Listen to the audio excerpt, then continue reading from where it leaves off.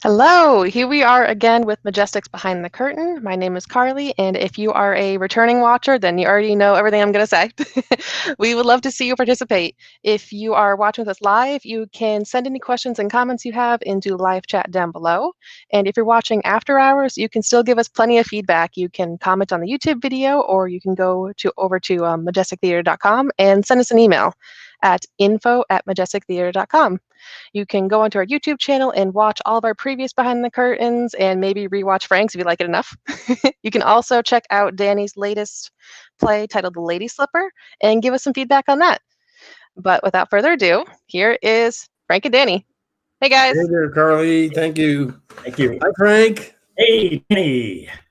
Good to see you. Good to see you. Thank you for being a part of Behind the Curtain. Thanks for asking me. You're hitting the bottom of the barrel here, I see. So, oh, no, not quite. We still got a few more to go. So, you're in good company still. For you folks who are tuning in, hopefully next week my guest will be Janine Haas from Pauline Productions, and just waiting on a confirmation from her. Kyle Boatwright was going to be next week, but she has to be out of town, and so she's coming in a couple of weeks. But we got some great guests lined up, and hopefully, as I said, next week Janine will be with us. So, all right, on to some questions. So, Frank, what the heck have you been up to during these COVID days, and are you staying at all creative in any way, shape, or form? Yeah. Well, I mean, the room you see me in is my cell. This is where I spend most of my days. Nicely decorated. Yeah. Actually, my mother's piano is right over here somewhere. Anyways, I'm working at UMass in IT, and I've been remote since March. And that looks like it's going to continue all through the next semester. So this has been basically my cell where I spend about 7.5 hours a day, and then with other Zooming things. But beyond that, I've done a couple of readings. Did a Zoom reading of a piece about Kent State, which was kind of an interesting thing. It was on the anniversary of the Kent State massacre. And it was called Distant Music, and Jairus was also involved in it. And we also did a reading. We did a recording of a reading, and I can't remember the name of the piece now. But it was a sweet little piece that takes place in an Irish pub, and I played an Irishman, well, an Irish American actually. So took a scene study class down in Hartford, but from my cell here, remotely. So that was kind of interesting. It was interesting. I mean, I just needed something, so Yeah. And then for a while we were doing like Kate Damon and a bunch of other actors. This is what happens when actors get bored. We did a bunch of Shakespeare readings, which was just a lot of fun. It's something that you wouldn't think of, like picking up Shakespeare and just reading it. So we all kind of got together. We all on these Wednesday night Zooms and just plowed through a number of Shakespeare plays, which was a lot of fun, because I haven't revisited some of those in years, so it was sort of exercising the brain pan. And then who wrote the Kent State piece? Oh, I don't remember. I can't remember. I'll have to get that to you. Okay. As you'd say in politics. I'll have to get that to you. I cannot remember. I think he's local though, if I recall. Maybe local. Nice. But it was an interesting piece. It was sort of like a Kennedy. Remember Kennedy's Children? You had these monologues and these like little scenes. It was basically that sort of thing. And it didn't take place exactly at Kent State. It takes place at Oberlin, but sort of the spillover of the Kent State. And it was an interesting take on it. It was an interesting take on it because it had the whole political spectrum. Yeah. Who were activists and then people who were, who didn't know really what was going on, and and it's, and where they are today, in terms of, of that political spectrum as well. So it was kind of an interesting take. Yeah. Zoom has its issues. There's issues with sound. You can't have more than one person speaking. And there are issues with bandwidth, because once one person loses their bandwidth, they start slowing the whole thing down. So, unless there's uniform bandwidth, Zoom has some technical problems. But you make do. Yeah. Where did you grow up? Are you native to the Valley? Well, that's assuming I grew up. I mean, come on, you're talking to me. I grew up in Newton, Mass. In Newton, okay. Yep. In fact, I grew up in a place, 72 Cabot Street, and it was like the only place in Newton was actually Newton. Newton is made of like 14 villages, and one of those villages is actually Newton. And the rest is like Woburn, West Newton, Newton Corner, Newton Center, Chestnut Hill, that sort of thing. But I lived in Newton, and my zip code was 02158, and the house was 72 Cabot Street. Well, years later, I punched in my old zip code because I was looking for something near where I used to live, and I punched in online, and it said there's no such zip code. So like my zip code went away. I said, oh my God, how did that happen? So apparently they folded some places together. Then one day I spoke to my sister. She said, 72 Cabot Street doesn't exist anymore. So what do you mean it doesn't exist anymore? So it's no longer 72, it's 74. I said, oh my God, I can't go home again. Can never go home again, right? And the weirdest thing is, I went to a party. A friend of mine had bought his parents' house in Newton. We went to a Mother's Day party there. I brought my stepmother there, and I'm telling the story, and the woman I'm talking to says, "Oh, wait a minute, I'm the realtor for that house. It's on sale. That's going on sale now." And she told me what happened. It was when somebody decided just summarily to change the number to 72 and never reflected that on the deed. So the deed said 74. So years later, when they actually started checking back on deeds, I went, no, this is 74. So my whole life's been a lie. Oh man, what got you here to the Pioneer Valley? Well, I went to school here at UMass. Okay. Yep. Spent about 7 years. Spent 1 year in the middle of Pennsylvania, which was culture shock, and then another 7 years hard labor in New York City, and then decided to move back actually to the Valley rather than Eastern Mass, with my then wife and now former wife, and so that's what brought us back, and I honestly I didn't do theater from 1981 to about 1995, or 1980 to 95. You did not do any theater. Not any theater, no. I had a 15-year hiatus. When I know that you and I had kind of a sort of connection with Walter. With Walter Boughton, yeah. And what the heck's that theater? Weston Playhouse. Weston Playhouse, yeah. Weston Playhouse, yep. Yeah. I to this day, I mean, we all have really, really fond memories. I mean, I'm still in touch with some folks from the Weston days. It was from 1975 to 79. Spent four seasons in the summer theater. And Walter, you had him as a professor. I had him as a producer and director. Yeah. And it was what a profoundly wonderful experience. I mean, you'd wake up at you get to work by 9 o'clock in the morning, and you wouldn't get to bed till about 1 or 2 o'clock in the morning, and you're rehearsing a show and rehearsing a cabaret during the day, and then doing the show and the cabaret at night. That current show and cabaret at night. So it was just a constant churning of work, which you couldn't do now, really. And I guess they do, but it's not. They don't have like a single stock company. They have people coming in and out now because it is now an equity house. It was not an equity house then, but boy, the times we had, it was fantastic.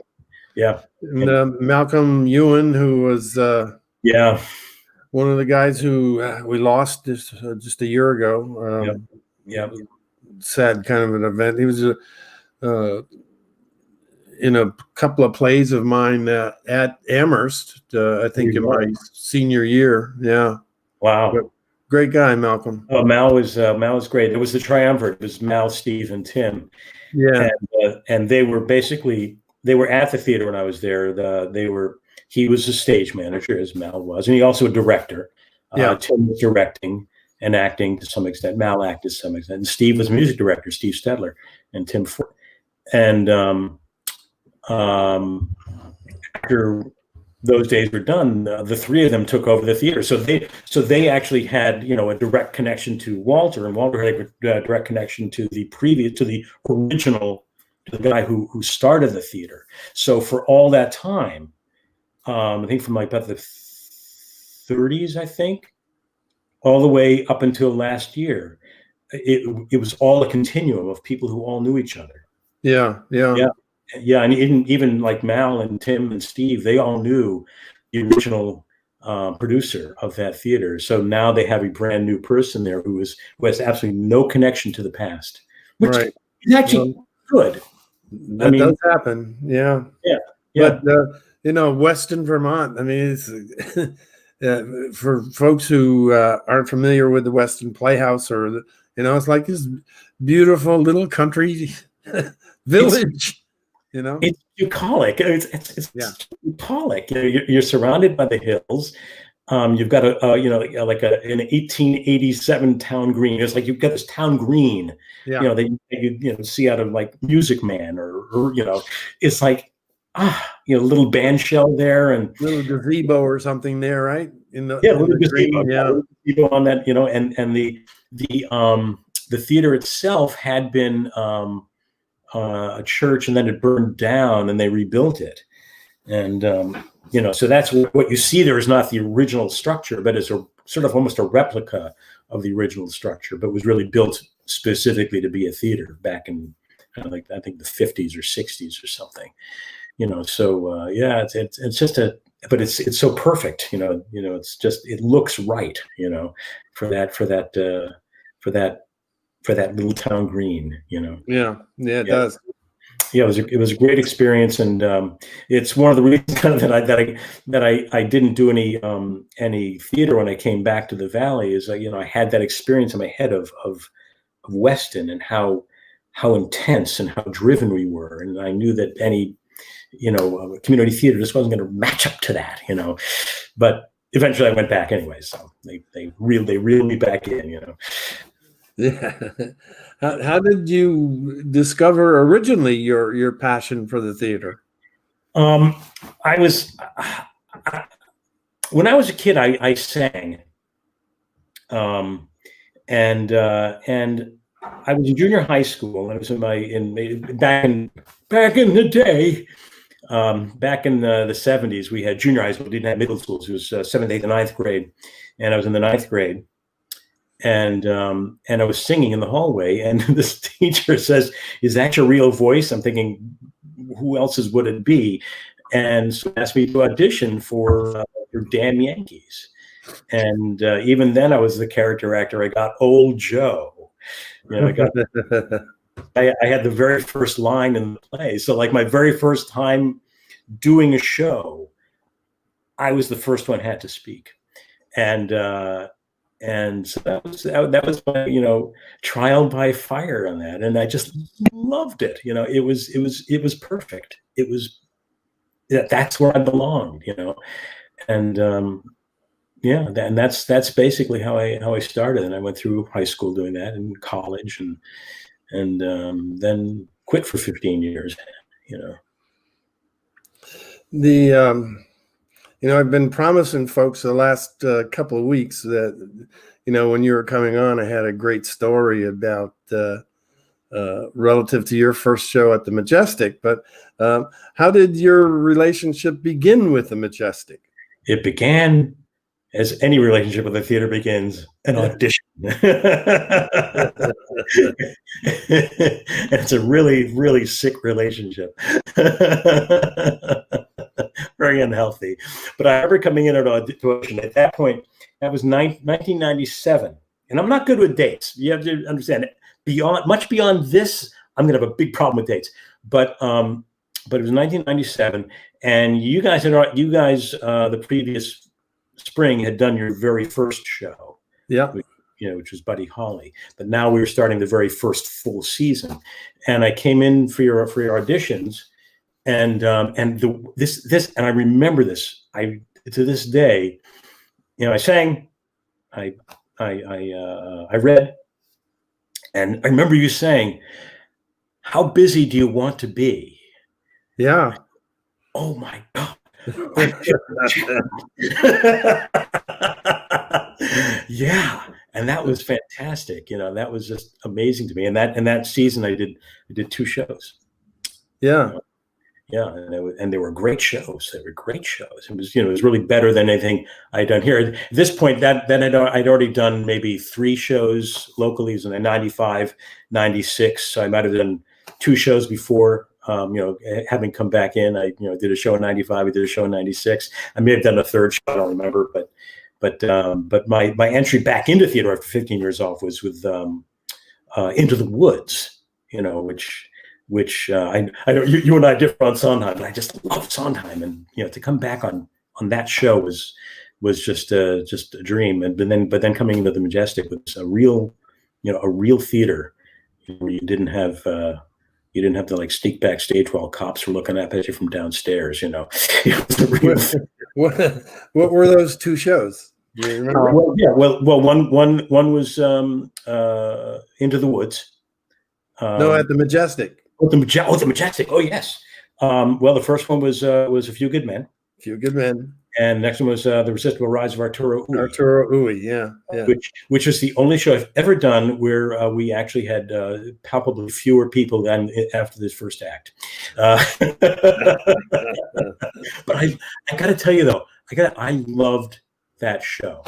I absolutely adored that show, and to this day, I will defend that show to the death. In fact, one of the photos from that show, I loved that show. It was a completely whacked out cast, and it was uneven. But boy, I loved that script. I loved that script. Yeah. I remember seeing that production of that play up at Williamstown. It must have been it was back in the 70s, I guess, when I saw it there, and I always remembered it. Yeah, and there's a great monologue. I think this must be at the end of the play. It ends with the lines, "The bitch that bore," they're talking about Hitler. "The bitch that bore him is in heat again."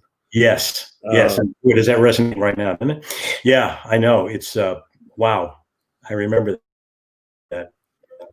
It was an interesting season for me because I went from Weinberg to Hitler. So the funny story, I don't know if you remember this. I had to go to the theater today. We had some meetings down there, actually with the mayor, but I was at the theater today, and I meant to go into my file cabinets and search through the headshots. But here's the great story, and I don't know if you remember this. I'm sure you do. This was for A Few Good Men, and we had out in our little lobby there, we had headshots of all the performers and the director and so on, and up on the wall, and they were pretty decent headshots, as I remember, all sort of color photographs, and the actor's name, your name along the bottom there. And my son Keller, who was probably 15 at the time, 16 at the time, something like that. I think, he was helping out backstage or whatever. He's walking through the lobby there, and he spots your picture, and he just does this amazing sort of double take, and he comes running after me. He's like, Dad, Dad, Dad, why didn't you tell me you got Bobcat Goldthwait? Yeah, exactly. Exactly. Which I never saw. I just couldn't see it. And not long after, like I think it was maybe 1999 or so, I started working in Hartford back by 1998. And walking, near where I was working. I was walking back to my car, or I was walking from my car to work. And this guy stops and he goes, Bobcat, Bob, how you doing? Fine. So he wasn't that far off, apparently. No. I think if I remember correctly, I think we kind of played along with it a little bit for a day or two. Yeah. with Keller. Because he would spread, all of a sudden he starts spreading it around to all of his friends, Bobcat Goldthwait's gonna be at the Majestic. Wow. I was this close. Yeah. How many shows now have you done at the theater? Do you recall? If I'm not mistaken, I think I had a baker's dozen there. Yeah. 13 shows, I believe. Huh. Yeah. You got a favorite? Yeah. Yep. It would be Yui, but we were just discussing that with Carly. A funny thing happened. We're in the forum. Oh yeah. It's yep, there we are. And I was Senec, which translates in the Latin to old man, and that was me, and Paula, and you remember John Schumann, right? He played. Sure. He played Asterium. Well, we're still in touch. I just saw him recently, and he and I had the exact same reaction to the show. I mean, I said, if somebody told me I could only do one show, forever, there's John right there. If I could only do one show, it would be, if someone said you can do one show for the rest of your life, what is it? And I'd say it's Forum. And John's thing was if somebody handed me a contract to do Forum, said you can do Forum, but this is the only show you'll ever do. It's where do I sign? Right, and that's right. It was guaranteed laughs. It was just guaranteed, constant feedback from the audience, which is every narcissist's dream, Yeah. It was just amazing. It's just an amazing script. I don't know how well it works now. It's interesting, we're into Me Too, and so it may be a little bit touchy now. I don't know. I'd have to see it again or be in it again. I'm now the right age for Senex. But yeah, that I think hands down will probably be my favorite show. Just what a fun evening that is, Oh yeah. Yeah. I'll tell you, for me, the role you did that really stands out to this day, was in Sideshow. I don't even know the character's name. Oh yeah. He was. But yeah. I mean, that was such a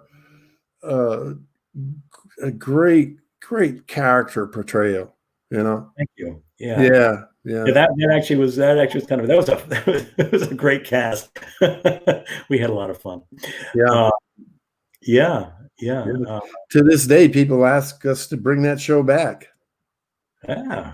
Well, I'm back in shape to do it. So.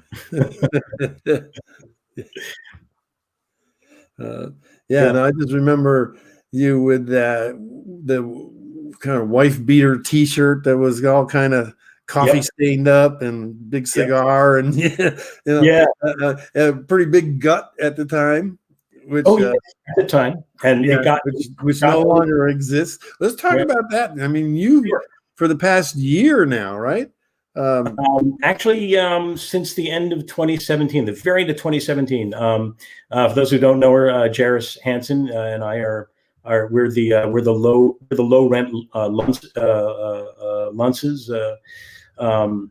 We're partners, and she said, I'm going on a diet, and I said, I'll follow your diet. And she was going on Weight Watchers just after Christmas, and I decided I couldn't follow her diet because men get to eat more, and I couldn't eat that little.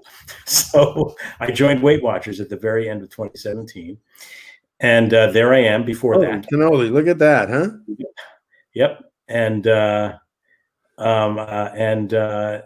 then by about a year ago is when I hit my current weight. I hit my, and there I am. That's a self-portrait. I got really good at selfies.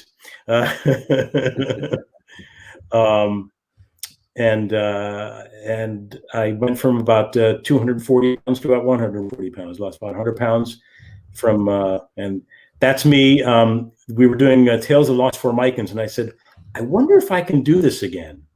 Right, and that's me after I was probably about 150 in that shot, so about 90 pounds down. Yeah, and so I can now do that again. If you ever need that skill, but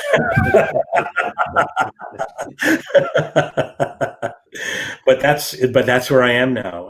The Weight Watchers was a lifesaver, especially now. We're in a pandemic, and I just feel strong and I feel good. And yes. This whole pandemic, quarantine, stay-at-home business. I mean, I know I've packed on a few, but what are you doing to maintain? Are you still with Weight Watchers, or? Oh yeah.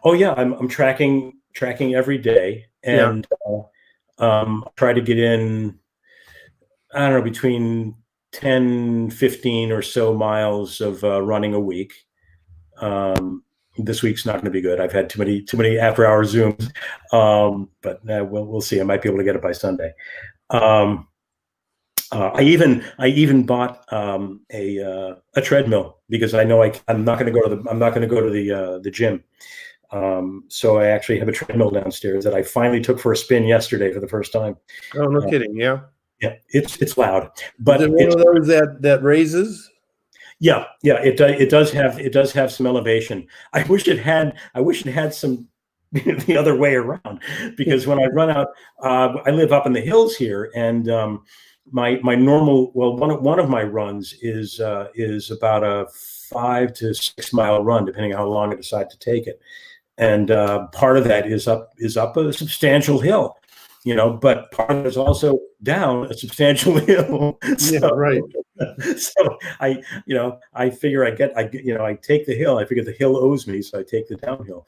You don't get that option on the treadmill, but as long as it's going to keep me honest over the winter, I'm fine. And I haven't gained any weight over the pandemic, which I know is can piss a few people off. But I've been very very focused, because I just don't want to go back to the blue shirted Frank you saw there. Yeah. I just can't do it. Saying when I don't feel like running, the back of my head goes, yeah, you want to be fat? You want to be fat? No, I don't. So I get out and run.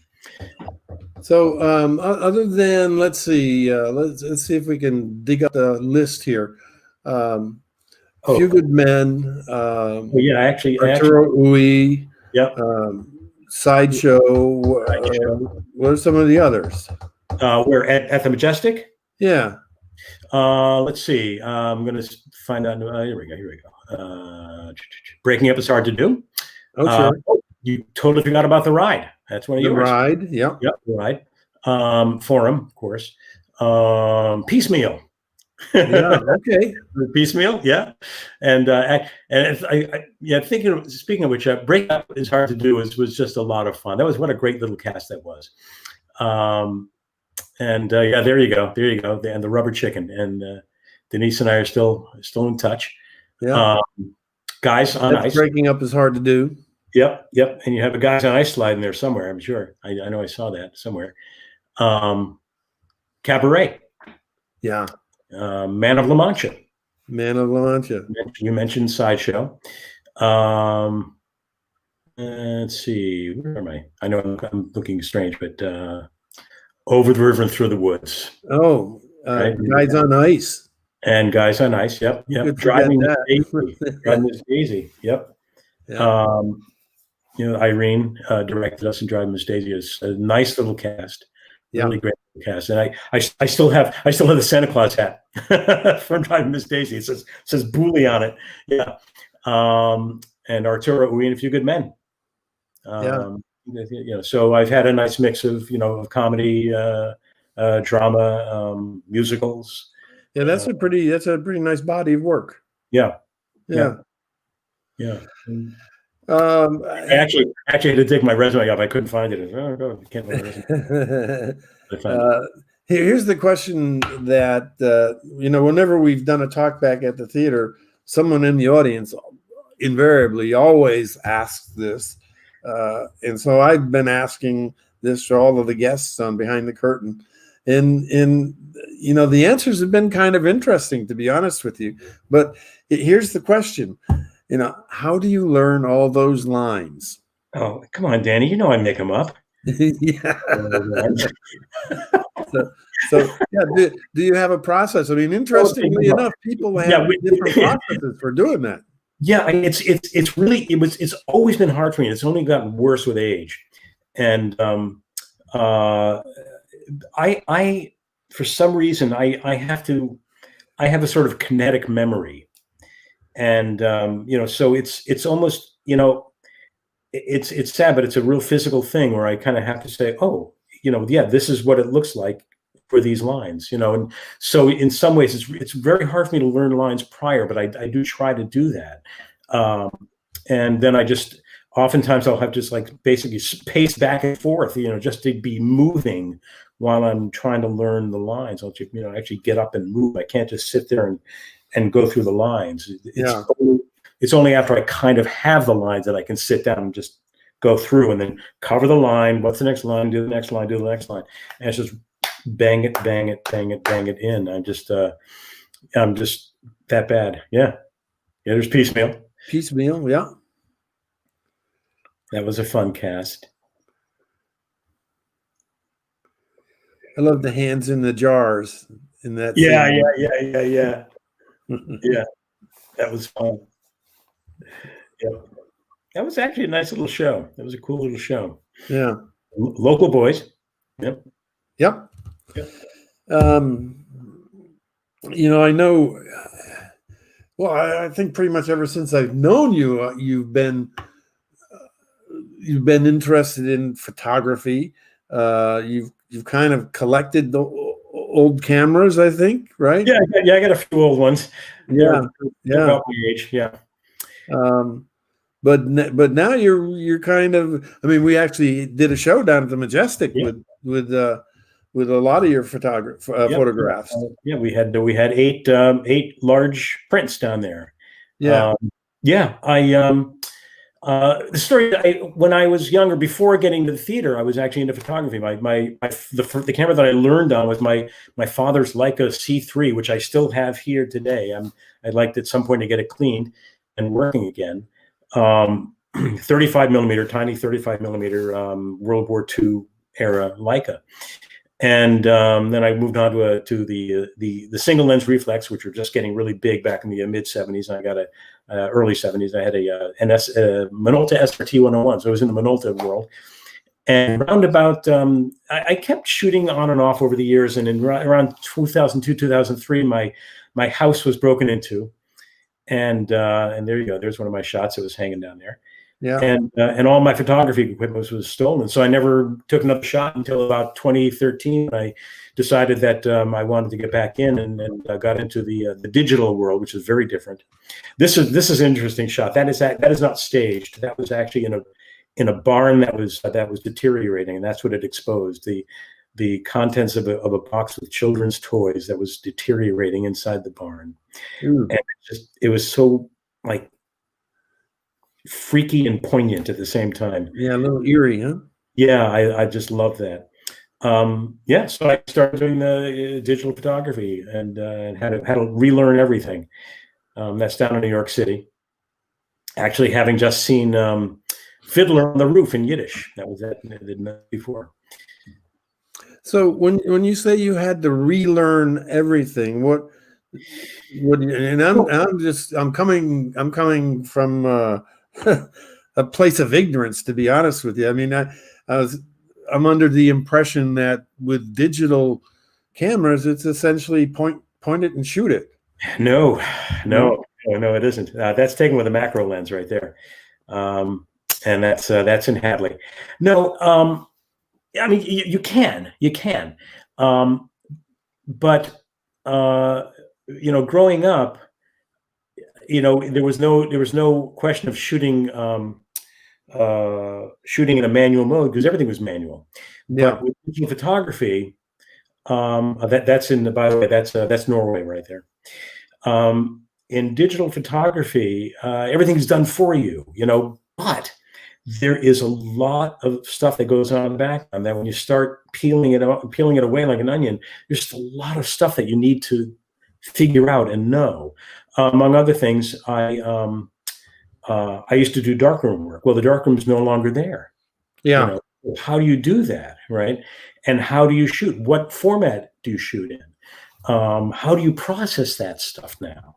And so I've had to learn all of that stuff. I had to, learn about the file formats, which file formats to use, how to process those file formats, how to shoot now in manual mode, so I can take away all the auto stuff and do and get down to the granular level of producing a photo. These aren't snapshots anymore, right? They're photographs. Mm-hmm. And I'm still trying to absorb a lot of that. I'm now experimenting with some flash photography, and this is wild. Last year, when you could still live in the real world, Jairus and I were in Montreal, and I happened to catch it. There was a Polaroid exhibit, and you think of Polaroids as like these stupid little snapshots, but like Robert Mapplethorpe shot with a Polaroid, really? and some really fine photographers shot with Polaroids, and these are just stunners. But the most amazing things were these, and I knew about these cameras. There are like 6 of them in the world. They're very large format Polaroids. I can't remember the dimensions on it, but they're like, huge, very large format. And yeah, I'm also doing headshots now. These are some of those headshots. And right before the pandemic, I see this ad on Facebook. It says, you can shoot in Whately. Now I live in Whately. You can shoot in Whately this Polaroid. We're going to be bringing it. So I contacted, are you for real? And they said, yes, we are. We happen to live in Western Mass. We have our hands on the New York machine. And I was all ready to sign up for it. And the whole thing went away because of the pandemic. The COVID. Yeah, I was gonna shoot with this Polaroid. It didn't happen. But I'm trying to make the transition back to back to analog as well, which I hope to be doing sometime this year. So when you say analog, film, that means you're actually loading film into the camera, yeah. And then you have to. Will you set up a dark room and all that? No.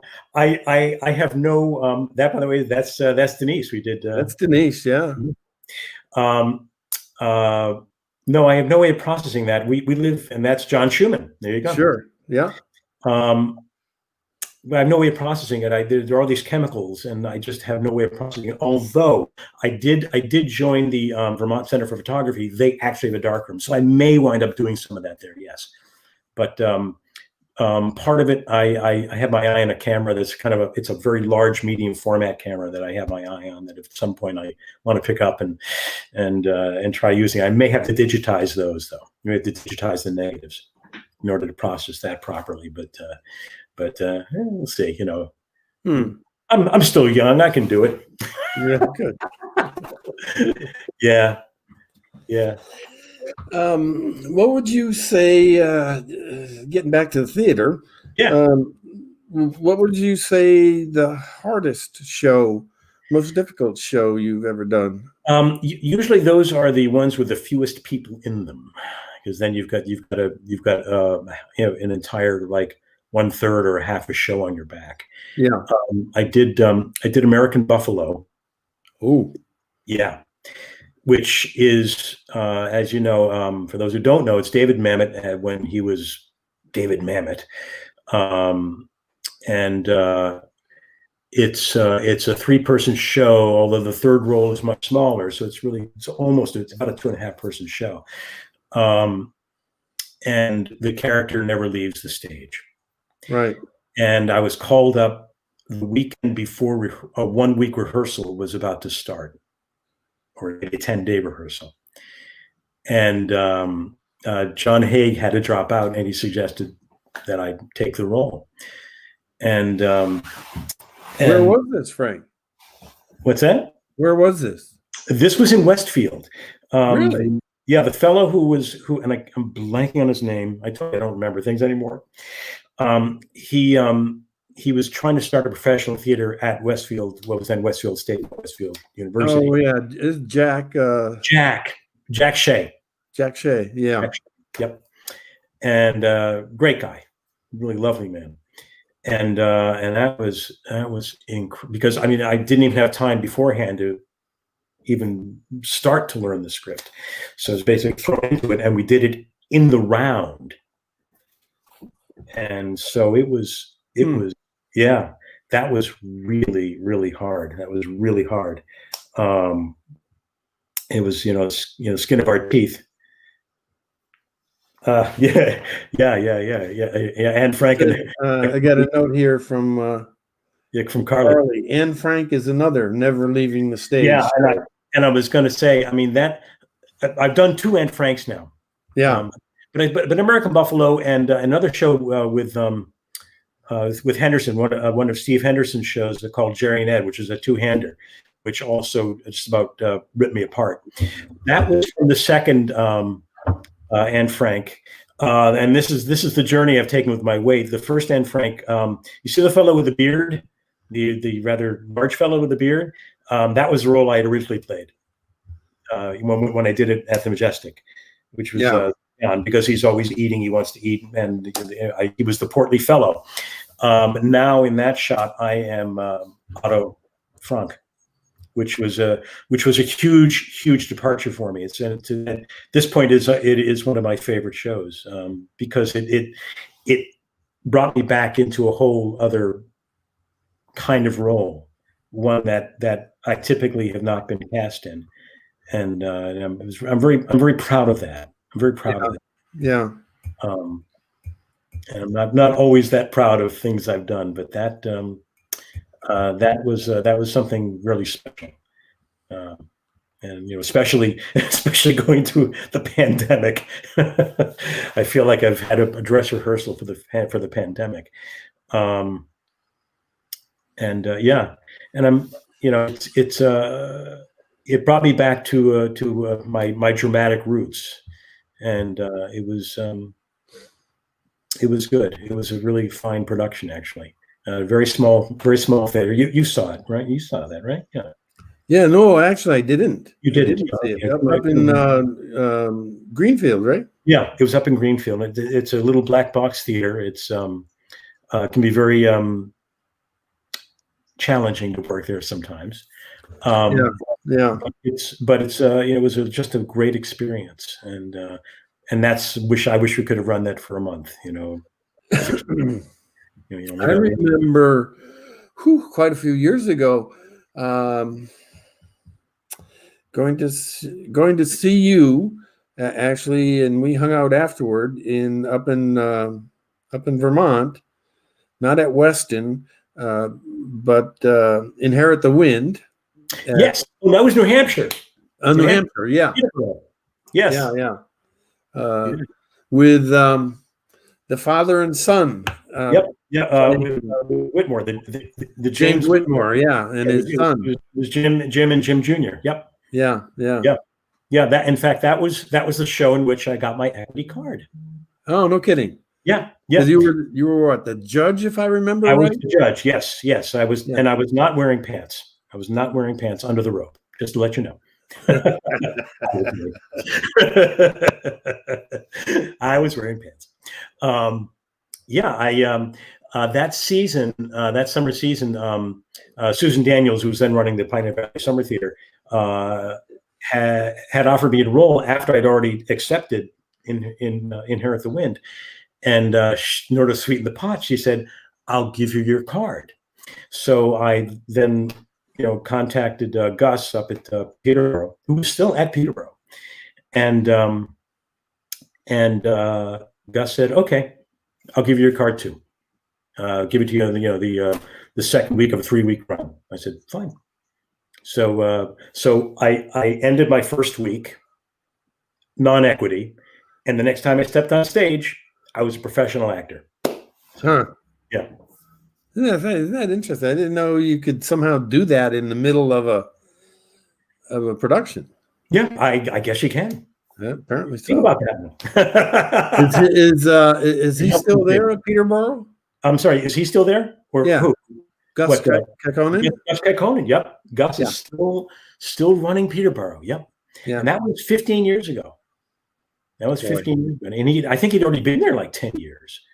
So he's been there a very long time. Yeah. I think it was, what was the story? Like James Whitmore had a summer place up that way or something? Jim actually got his start at that summer theater. I mean, that's where he started acting. And so he's always had a connection with that theater. And so he always came back to his roots, which was really sweet, and he was great. Funny story about that. I was the judge, and of course, the two attorneys were the two Whitmores, and I was, always challenging Jim Jr.'s character, Drummond. Yeah, and the character of the judge, he would call him out on certain things. So at the end of rehearsals, Jim Jr. would always come up to me and goes, "You're killing me out there. You're killing me." Oh crap! Am I stinking out the joint?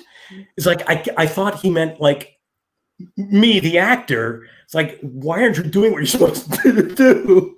And then one day I went, "Oh, I'm killing him." Oh, thanks, Jim. It was a compliment. It was a compliment. Yeah, it was a compliment. Like the first couple of times I wasn't getting it. I said, "Oh, I'm really stinking the joint out." And one day on stage, I saved James Whitmore's bacon. He in the voir dire scene, he skipped over to the end of the scene. He started the scene fine, and then he went right to the end of the scene. And then these gears start turning because I know I have to drive that scene. So I go, okay, I can reel him back, right? And then when I get to that point, so I actually restructured the scene in my head so that when I could get him back, get to the point where he jumped to, and then I figured out how to skip over that, right? And I'm thinking in my head, Jim, be with me, man. Jim Jr., be with me, because I think it was he needed to pick up on it. And so I went, "Jim, be with me, man, be with me." And I jumped over it. Junior came right in. Bam, we finished off the scene. I get off the stage, and one of my fellow writers goes, "I could see the smoke coming out of your ears." I was working hard out there, man. Yeah, that was wild. And yeah. Do you have a favorite show outside of the Majestic? Yeah, I got a few. That was one of them. Part of that is, there was such a special experience, and then that was actually catching lightning in the bottle for the second time, because before that, I'd done You Can't Take It With You, which was a great experience for me. And where was that? I did that 2 years prior to that. I did that in 2003, and at the time that I auditioned for it, Jairus and I went to the NETCs, and I got the one stinking callback to Peterborough Players, and I did that, and I got the role of Koyenkov, the Russian dance instructor. And during rehearsals, I had this scene where I had to take off my tunic. Right, and I had the wife beater. You guys like me in wife beaters, so I had the wife beater on, and then so Gustin says, "You go down stage left, and then drop your trousers." But no, you got to be kidding me. He says, "Oh, no, don't worry, you'll be wearing tights." I said, "Oh, that makes me feel better." He says, "It'll be funny." He said, "Not that kind of funny." And it was hilarious. So he was right and I was wrong. So there's that, and it was just such a special experience. Among other things, I finally got a chance to do Confident Heart, and which I never get to do. And I wasn't really a big fan of theirs. Like when you read their stuff, it doesn't read well, but when you play it, it plays like a dream. Yeah. So it's really strange, and it's classic sitcom writing. It's like every classic sitcom you can think of all came from that show. It's amazing. And we discussed the Diary of Anne Frank, which again really has become a real favorite of mine. Just a real favorite. And then of course Marty, which right. is story in and of itself, which is one of those never to be kind of stories. I lost John C. Reilly, right? John C. Reilly, yeah. In what was it, in like a Boston tryout? The Huntington Theater. Oh, Huntington. Okay. Yeah. And I had lost my job as a programmer. My contract ran out, and we were in a recession. So I figured I'd go back to the theater. So I took an audition in Boston, very much like the NETCs, where you walk in, there are a whole bunch of producers and directors and people like that, and you do. I had 2 minutes, non-equity. You got 2 minutes, and I did a song and I did a monologue, and I get this call. Jairus and I went down to Washington right after that. And I get this call in Washington that says, they want to see you at the Huntington for Marty and bring some music. So I said, "Oh, the musical. I don't remember a musical." And then I looked it up. It was a world premiere. They sent me the sides, and I had to memorize the sides. And it was a world premiere musical by Strauss and Adams, the same guys who wrote Bye Bye Birdie. And I said, "Oh, I've got a Strauss and Adams song." So I brought the Strauss and Adams song. It's a Once Upon a Time. And so I sing Once Upon a Time. The casting director goes, "Oh, no one's brought me Strauss and Adams." I went, "Oh yeah, that was I got the call back improbably, right?" And so I said, "What happens to the callback?" I said, "Well, you have to sing your song to the creative team and do the scenes you did to the creative team." I went, "Oh, okay." Then I realized, oh crap, I have to sing Strauss and Adams to Strauss and Adams. And so I went in and I was nervous as hell. And the song is, "Once upon a time, a girl with the moonlight in her eyes," right? So it goes up to that. It goes up to a D, which in a baritone world is okay, but you can't push that D. It's going to be real light. You got to have real support. So I go in there and I'm nervous. And so I'm like, "Once upon a time," a little shaky. But I did okay. And I got out and I ran into Steph Carlson, who and she was there. And we're jabbing. And about 20 minutes later, the assistant director comes out and goes, "Oh, good, you're still here. Can you come in and read a scene?" Thinking, what happened if I left? So I went in and I read the scene, another scene. And so I go out. About 5 minutes later, the music director comes back and says, "Oh, good, you're still here. Can you come back in?" So I go back in and I see, the whole people, everybody in front of me. I go, "It's nice to see you all again. I've missed you." And he was concerned about my voice. So he taught me one of the songs, brought me up, right? And I'm thinking at this point, I either have a shot or they're messing with my head or they can't get their eyes off a train wreck, right? So, and next thing I know, I'm in this show with I'm one of 4 non-equity actors in a cast of 26. And with John C. Reilly and Strauss and Adams, the director just won an Obie. The choreographer had just won a Tony.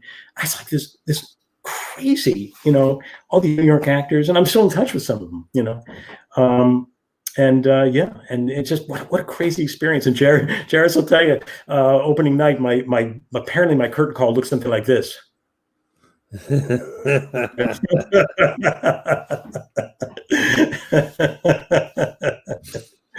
But that was an amazing experience.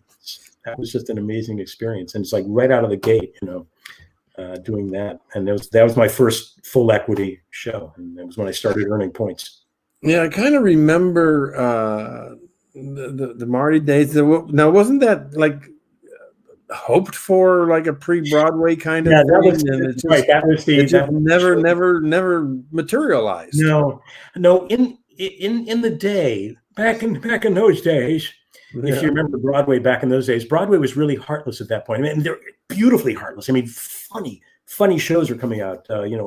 Spamalot was just about to come out, and or was coming out at that point, and the producers and things like that were really funny and hard hitting, not exactly full of heart shows. And Marty was all heart. Yeah, it was absolutely all heart. And I just knew it, and it's maybe the timing was wrong. I don't know, but it was a gorgeous, almost a lush score. And I can't remember a lick of it now, but it was a gorgeous score, just a gorgeous score. And it was really good writing. It's just really too bad. And I remember talking to one of the producers and at the opening night party, and he told me that it took him 9 years to convince the Chayefsky family to release the property for a musical, and it never made it. It's just a shame. Made it up to Toronto, and they did a production up in Toronto. And that was after that. After that, yeah. And that's been it. They did a reading in New York and a production up in Toronto. One of the guys told me, and they cut one of the songs that I knew they'd have to cut, and it was a gorgeous song, but I just knew that it stopped the cold. It stopped the show cold. Yeah. Gorgeous song, but I knew it didn't belong.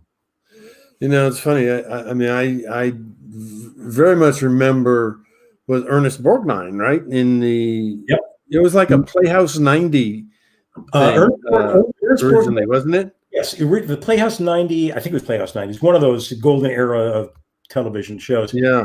And in that it was Rod Steiger in the original teleplay. Oh, Rod Steiger. Rod Steiger in the original teleplay. With Nancy Marchand. I think it was Nancy Marchand in the original teleplay.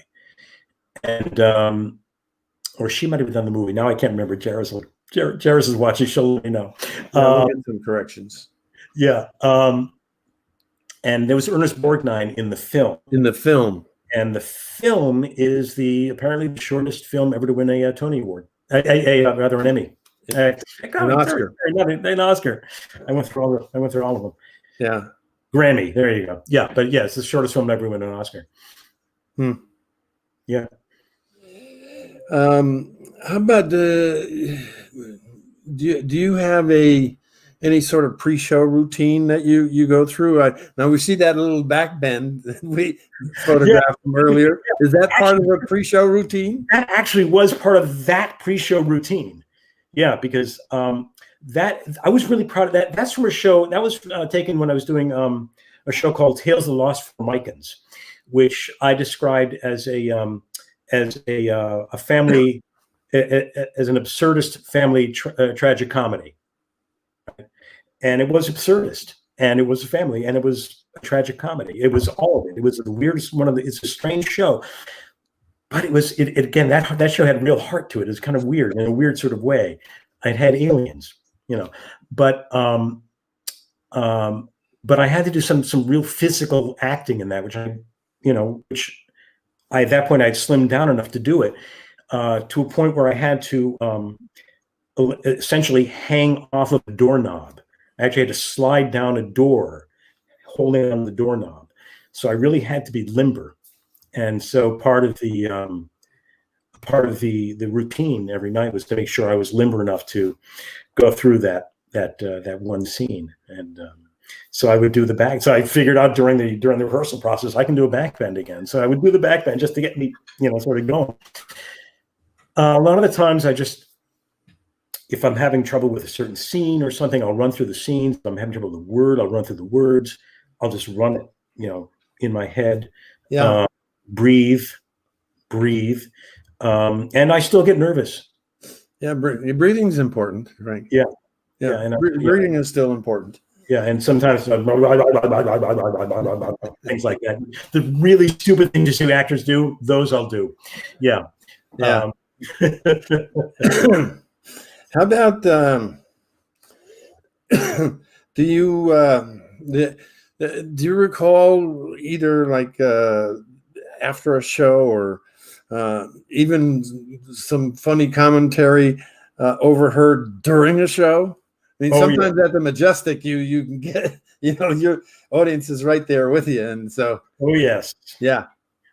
The Ride. The Ride? So the Ride, Danny wrote The Ride, and it's aptly named because it included, what, 2 or 3 motorcycles? Is it 2 or 3? I don't remember. There we go. And there I am at my mandolin. Mandolin, yeah. Yep. And there were motorcycles involved. Yeah. And the story is about Vietnam vets Yep. Riding their motorcycles down to Washington, D.C. in the Vietnam Veterans Memorial Wall on Memorial Day, which is a big event. Yep. And so Danny included these motorcycles. Well, the motorcycles were kept out in the back underneath a tarp, right, just in case there's bad weather.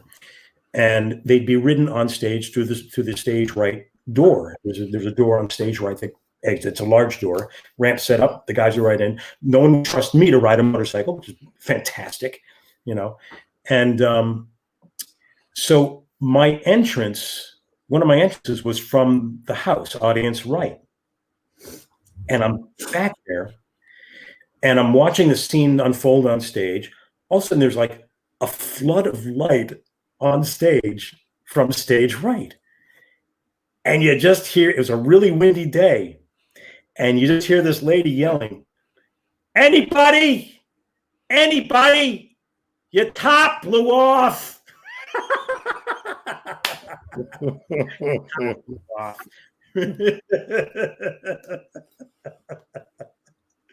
I loved that.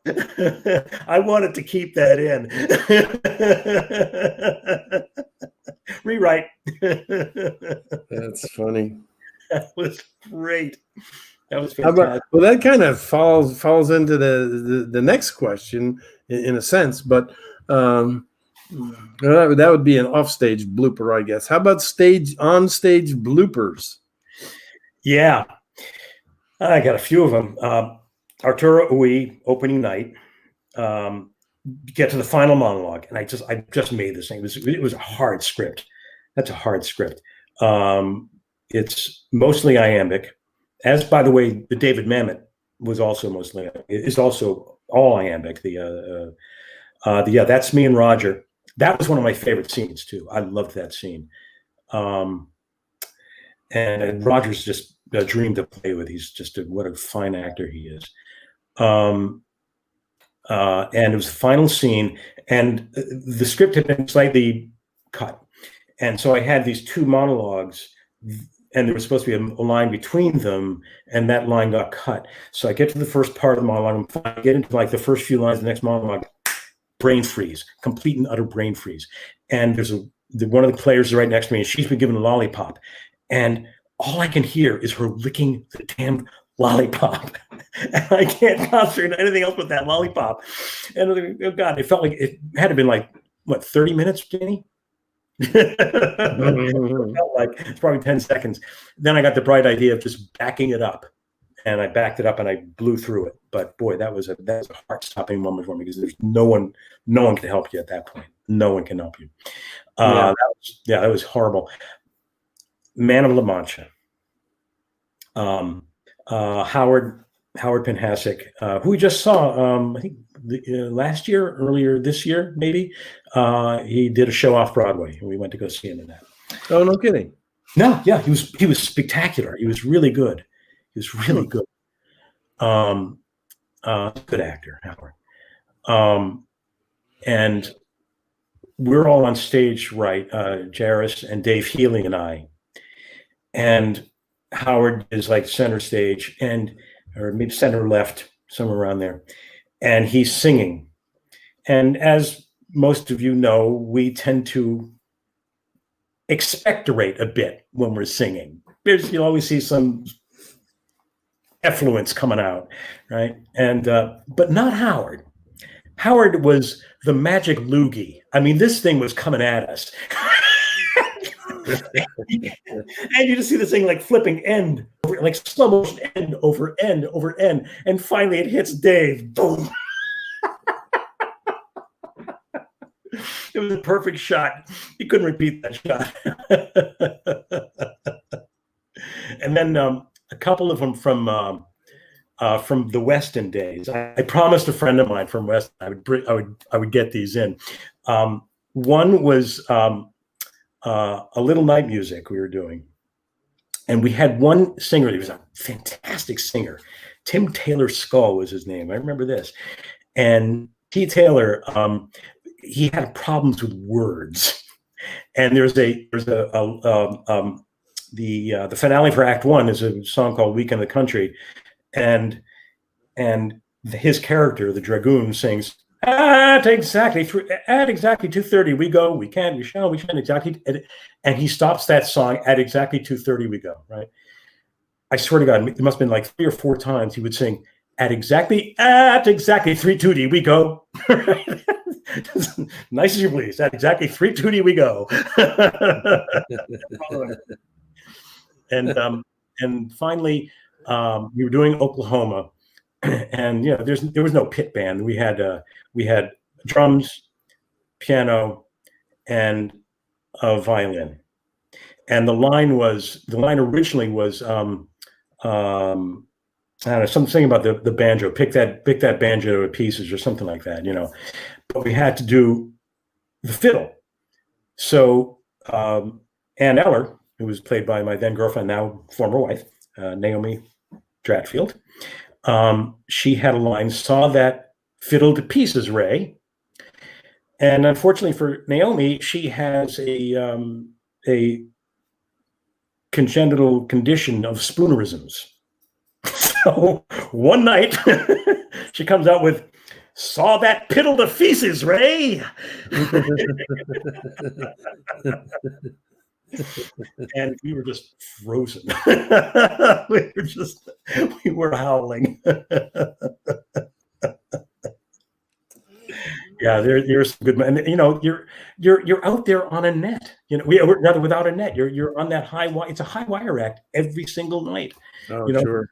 Because anything, you think you got it, everything's under control, and one thing goes off. A woman comes in from off stage right and asks about your tarp, and you just roll with that, but you're out without a net. That's why it annoyed me. A couple of years ago, there were some star turns on Broadway with people who didn't do theater. They were film stars. Yeah. They had Bluetooth headsets in. Yeah. Feeding them the lines. Sure. No, you work without a net. That's what actors do. It's a tough life. Yeah, we always wind these behind the curtain shows down with this. And what advice would you give to aspiring theater folk? People who might be tempted to be a part of this crazy, fascinating life that we live. Well, first, I want to apologize to your parents for having taken that road. It's a tough road. One of the things that I learned early on, just in terms of the craft, such as it is, with me, but there's more than one way to achieve any given end. Be open, right? When I was young and bullheaded, now I'm just old and bullheaded, but when I was young and bullheaded, I thought, back then it was, the method. You had the method acting, and that's how it got done. And then, one day I heard an actor talk about how he arrived at how he got to a part. A British actor who was like kind of almost the antithesis of the method. Sure. And he said, I had to find the jaw. The jaw? The jaw. So I started listening. He said, once I could find the set of the jaw,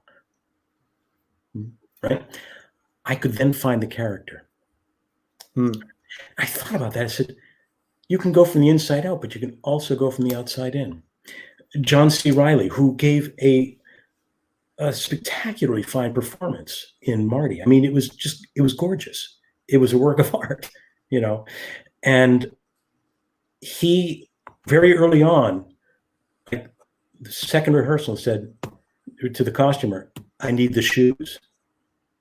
And it wasn't because he had to get used to how the shoes felt on the stage, it's because that's what he was using to drive his character. Right. Right. I need the shoes. Need the shoes. Yeah. I need to walk in those shoes. Mm-hmm. Yep. Yeah. Yep. Outside in.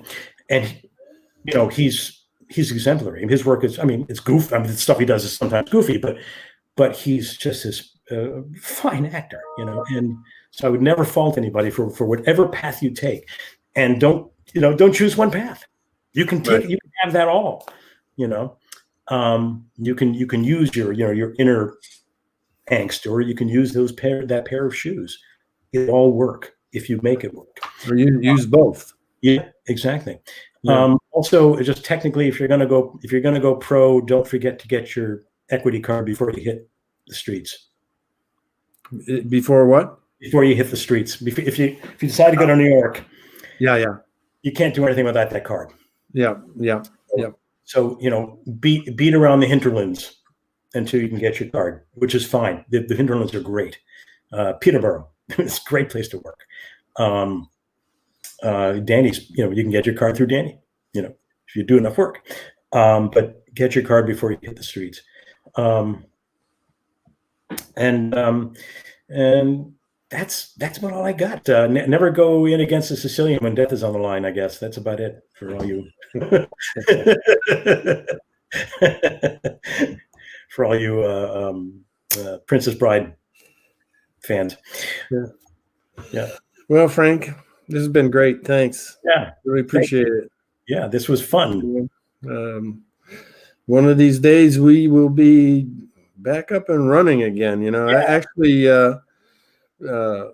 Charlie Baker has kind of approved some little tweak in phase 2 of this pandemic business, and I understand that there's a possibility that we might be able to reopen the Majestic at 50% capacity.